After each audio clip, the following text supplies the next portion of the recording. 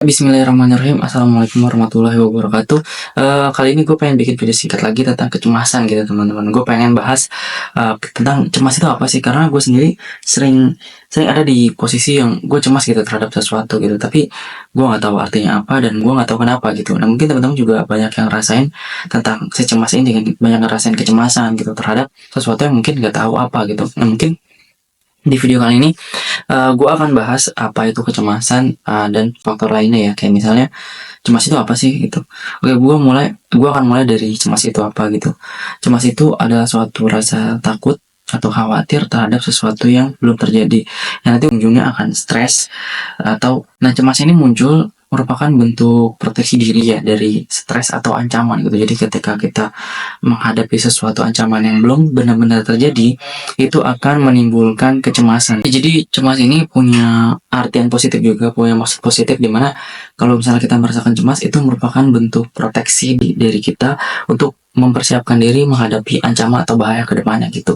Jadi kita cemas itu adalah proteksi, dimana pada saat kita kira akan menghadapi bahaya, kita akan mempersiapkan, merencanakan dan mencari solusi dari bahaya itu sendiri gitu. Jadi cemas ini nggak melulu untuk kita gitu, nggak bikin kita cuma deg-degan, lemas, pusing, atau mual, tapi cemas ini sendiri punya dampak positif gitu. Jadi kita lebih siap dalam menghadapi ancaman atau bahaya yang belum terjadi. Nah sayangnya, kalau misalnya kecemasan ini tidak dikelola dengan baik, tidak di-manage dengan baik, akan menimbulkan beberapa masalah teman-teman. Kayak misalnya, si kecemasan ini akan menimbulkan gangguan mental, terus juga jadi kecemasan ini kalau misalnya nggak dikelola dengan baik, terus nggak bisa di-manage dengan baik, ini akan menimbulkan gangguan-gangguan kesehatan mental, terus juga menimbulkan gangguan terhadap aktivitas sehari-hari teman-teman.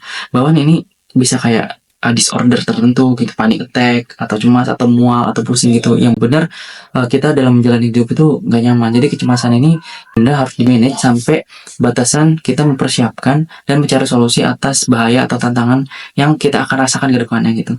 Nah sekarang teman-teman harus bisa bedain apa yang namanya stres dan juga apa yang cemas gitu, apa yang dimaksud dengan cemas. Nah kalau stres itu merupakan reaksi terhadap suatu tekanan atau situasi yang spesifik gitu. Misalnya kita takut ngadepin guru killer gitu. Nah kita akan merasa tertekan kalau misalnya kita masuk di jam guru killer itu doang gitu. Nah tapi beda lagi dengan cemas. Kalau cemas itu perasaan yang berlarut tanpa kita tahu penyebabnya apa dan tanpa kita sadari itu terjadi gitu. Jadi datangnya tiba-tiba dan kita nggak tahu alasannya cemas ini, perasaan deg-degan ini kenapa gitu teman-teman. Nah oke, kita akan bahas sekarang faktor penyebab dari kecemasan. Sebenarnya ada dua faktor, faktor internal dan juga eksternal. Nah kita mulai dari faktor internal dulu. Orang itu cemas rata-rata karena faktor yang disebabkan dari dalam dirinya sendiri, seperti rasa nggak percaya diri, terus rasa-rasa yang muncul karena akibat pikiran negatif. Ini otak kita emang cenderung berpikir negatif ya teman-teman. Ada yang namanya ruminansi gitu. Otak kita cenderung dibuat untuk memproteksi badan kita nih, badan fisik kita dari segala bentuk macam ancaman. Jadi otak kita akan cenderung berpikir negatif untuk mempersiapkan diri agar terhindar dari ancaman yang ada gitu. Nah sedangkan faktor-faktor eksternalnya adalah faktor-faktor yang pada umumnya kita rasakan sehari-hari gitu. Dan seiring berkembangnya usia, permasalahannya makin banyak, kayak masalah finansial, masalah hubungan, masalah pekerjaan, masalah pendidikan, masalah hubungan interaksi sosial, masalah yang asalnya itu dari luar dan kita nggak punya kemampuan untuk mengontrol itu gitu. Nah, itu yang akan menyebabkan kecemasan itu sendiri. Kayak pekerjaan, kita nggak akan tahu kita dapat pekerjaan kapan. Nah ketika masa menunggu kita mendapatkan pekerjaan, itu akan membuat kita merasa cemas terus-terusan teman-teman.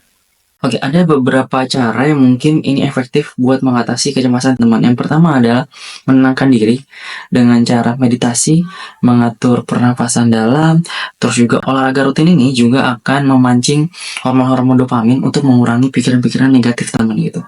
Nah, yang berikutnya adalah melakukan CBT, Cognitive Behavioral Therapy gitu. Nah, caranya adalah menantang pikiran negatif teman-teman. Ketika pikiran-pikiran negatif teman-teman itu udah mulai muncul, kayak misalnya takut akan sesuatu, teman-teman bisa langsung challenge aja. Ini bener nggak sih? Kalau misalnya pun hal negatif yang terjadi, apa selanjutnya yang akan terjadi gitu? Apa hal terburuk yang akan kita alami? Apa konsekuensi dari negatif ini gitu? Nah kalau misalnya buruknya itu kita akan malu gitu. Nah kita langsung cari solusinya gitu untuk mengatasi merasa perasaan malu itu kayak gimana. Nah itu yang bisa kita lakukan dengan CBT. Nah berikutnya adalah mencari dukungan sosial. Mencari dukungan sosial ini dalam artian ya kita bisa curhat sama teman, kita cari solusi dari teman, ketakutan kita bisa ceritain tanpa ada rasa takut ada konsekuensi negatif lainnya gitu, takut disebarin, takut ceritanya cuman diabaikan gitu ya. Itu kita bisa cari dukungan sosial gitu, orang tua, teman, atau orang yang kita percaya lah. Nah, dari beberapa hal tadi mungkin itu bisa akan mengurangi kecemasan teman-teman. Nah, sebenarnya kecemasan ini baik kalau misalnya dalam taraf tertentu gitu, dalam taraf kita mempersiapkan hal-hal yang mungkin akan terjadi gitu, hal buruk yang akan terjadi. Tapi jangan sampai kecemasan ini mengontrol hidup kita karena akan bisa mengganggu kehidupan sehari-hari. Kehidupan kita akan jadi tidak produktif, kita akan menyusahkan orang lain juga gitu. Dan mungkin ini jadi apa ya? Jadi masukan atau saran buat gue pribadi juga teman-teman yang merasa kan rasa cemas yang terus-menerus gitu. Nah, kalau misalnya rasa cemas ini udah nggak bisa dikontrol oleh diri kita sendiri, gue saranin untuk pergi ke profesional, ke psikolog gitu. Bisa ke psikolog puskesmas atau psikolog-psikolog yang profesional juga gitu teman-teman. Nah, mungkin video dari gue cukup sekian, mudah-mudahan bermanfaat. Wassalamualaikum warahmatullahi wabarakatuh.